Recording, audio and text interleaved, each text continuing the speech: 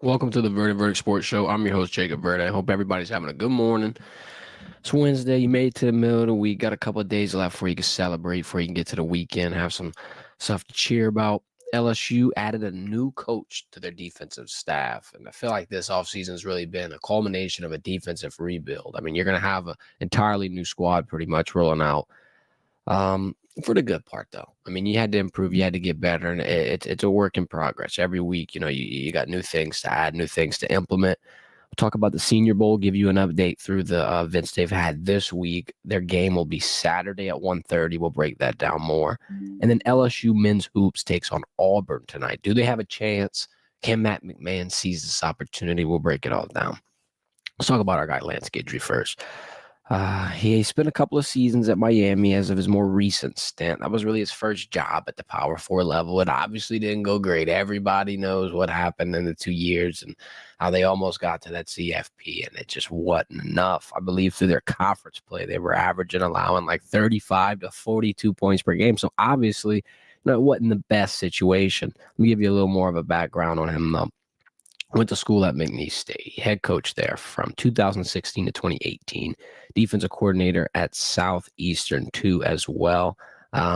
He's been in Louisiana for a while. This is a guy that, understands the culture, understands the dynamics, probably can be a damn good recruiting support assistant, at least for, the greater part of this next year.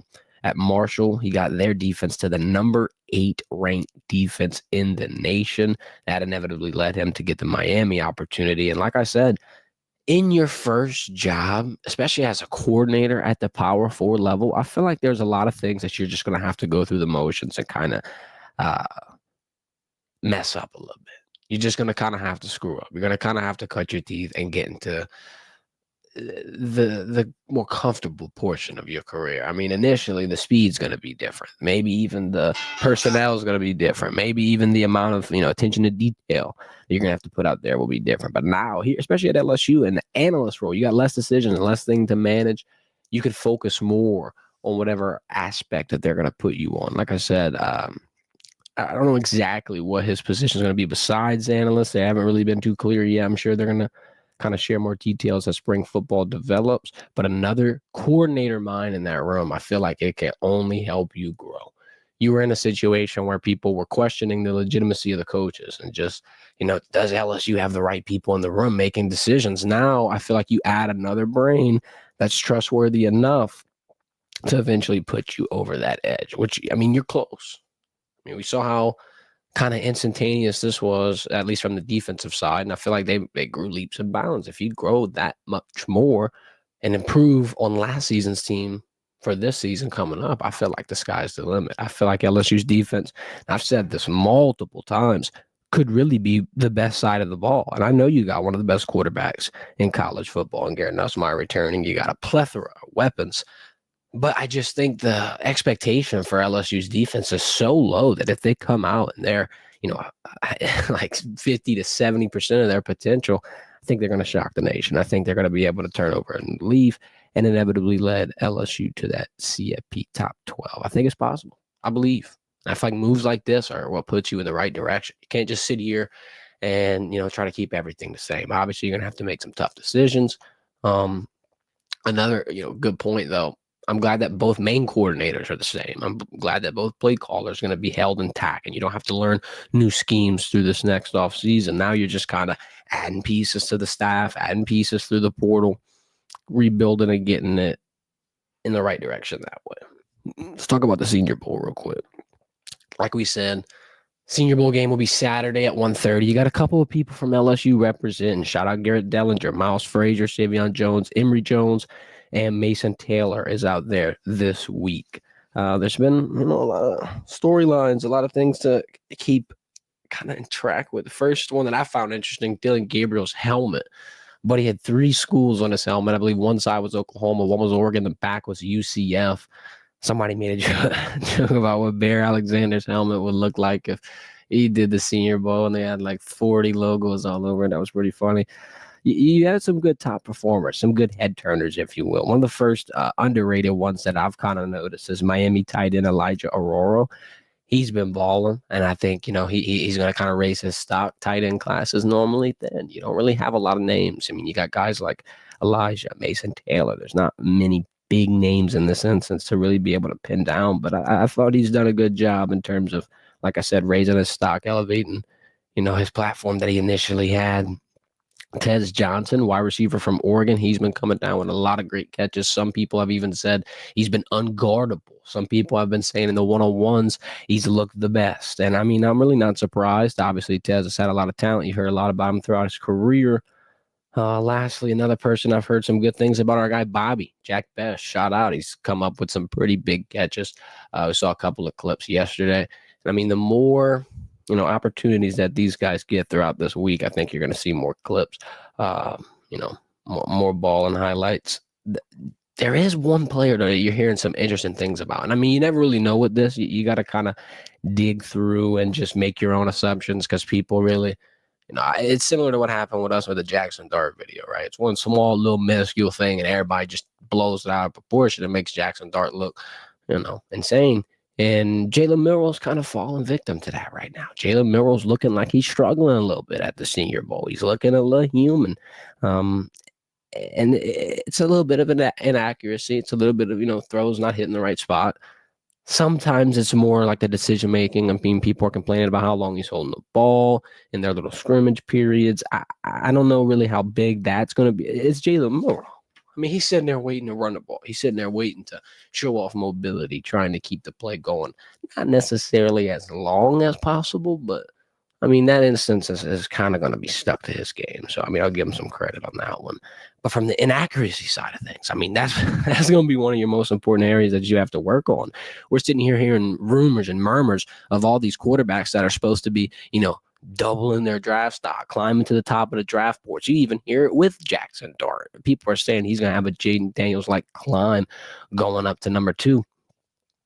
I don't know if I believe that. I really don't know who you would put at number 2 at this point. You hear everything under the sun about these quarterback draft prospects. I mean, Shadir Sanders at the East-West Shrine Bowl is even getting rumored to be struggling in the practice periods and all this stuff. I mean, I don't know.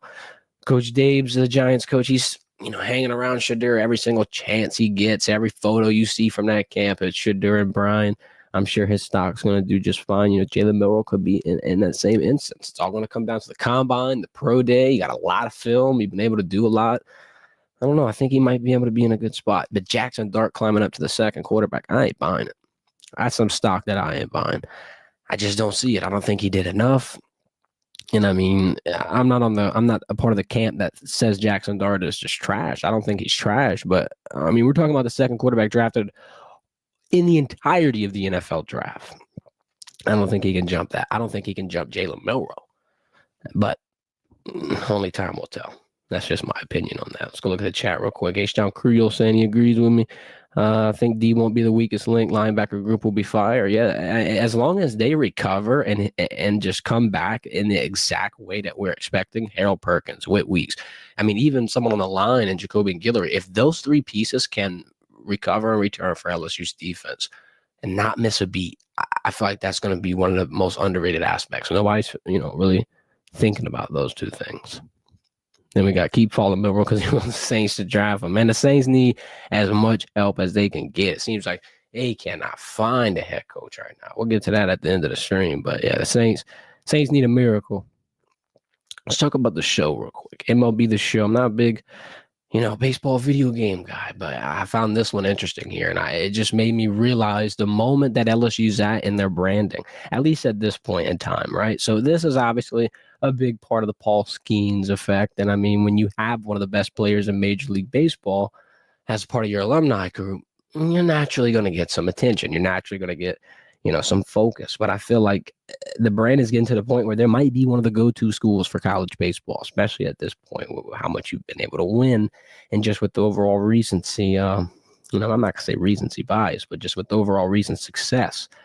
There's a rumor that it could be potentially featured in the Road to the Show game mode, which is like your My Career. You get your player, you create them, you make them go to college. There's rumors that there will be an appearance, and that's not confirmed yet.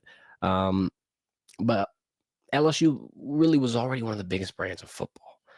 especially, in the NFL when you're talking about all the talent that they've been able to put out. I mean, hell, 60% of the Rookie of the Year candidates from the offensive side of the ball came from LSU from last season. Now you're kind of rolling this into the baseball side of things. Start creeping slowly into the basketball world. If I'm the baseball team, if I'm part of that marketing squad, creative content team, I'm leaning into this. This came at the perfect time. Your season's about to start. Paul Skeens is taking on a new level. You've got to lean into this. This is really, one of your best recruiting pitches at this point. And not like you need any more. You just brought in the number 1 freshman class, and you're probably going to have a successful season, which will be enough recruiting bait in and of itself. But this type of stuff helps set you apart from the pack. Not every school has a Paul Skeens.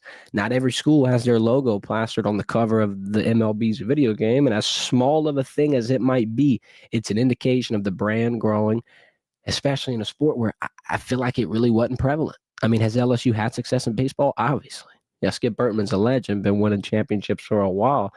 But at the MLB level, for this type of recognition, I believe this is the only damn college logo on the entire cover. It's pretty impressive. And like I said, it's the Paul Skeens effect. The bigger he gets, the better he gets, the bigger this effect's going to kind of roll out. Even with guys like Dylan Cruz, Trey Morgan, got a lot of pieces in that league. And it's going to keep growing and growing and growing, especially as the success keeps getting sustained. I mean, if you keep putting this many people in, you got a damn good shot already to just have somebody that's going to probably, keep your name relevant. Let's talk about this men's basketball game versus Auburn tonight. Number 1 team rolling into town at 6 o'clock. Like I said, probably the biggest moment that Matt McMahon has had in terms of opportunity, in terms of being able to grab something to shock the nation. Obviously, they've done it this year with the Arkansas win, but I mean, this one's different. Arkansas is struggling, right? I mean, they've got a lot of things that you could talk about. Auburn, everything you could talk about is positive. Everything that you could talk about is a compliment. I mean, they're 12.5-point favorites going into the night. The money line is outrageous, minus 1,200. I mean, they're 100% riding Auburn Tigers. And my X factor is going to be Johnny Broome. He's the guy. We've seen him here a few years. He's a senior at Auburn. He's been around the block. He's been in the PMAC before. His statistics are off the wall. 18 points per game, 11 boards, 3 assists, 7th in the country in rebounds. He's a 6'10" power forward. I think he's a first-round talent in the NBA draft this season.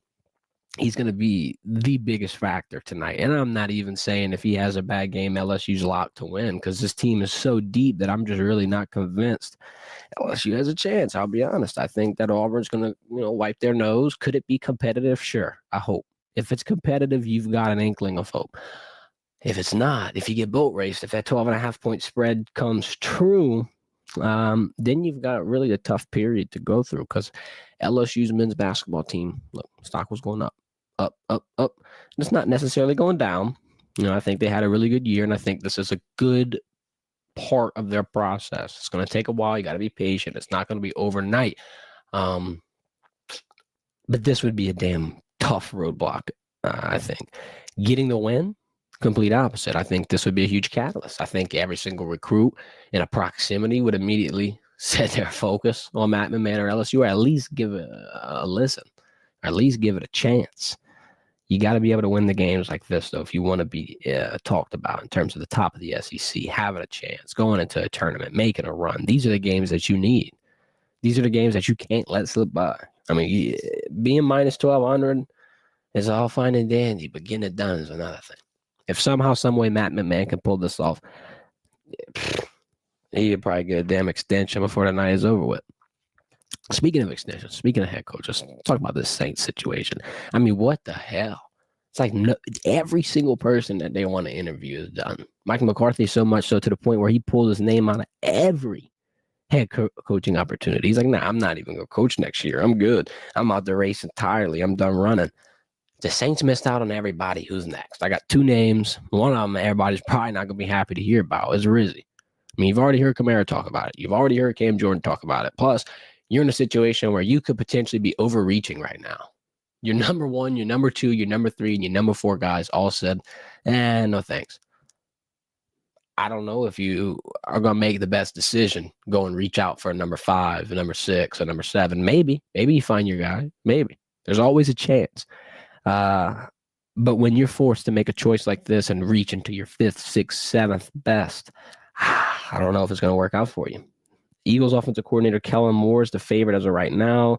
They interviewed him the other night. He's obviously, playing the last game of the season in the Super Bowl in New Orleans. So that's an interesting, wrinkle to this.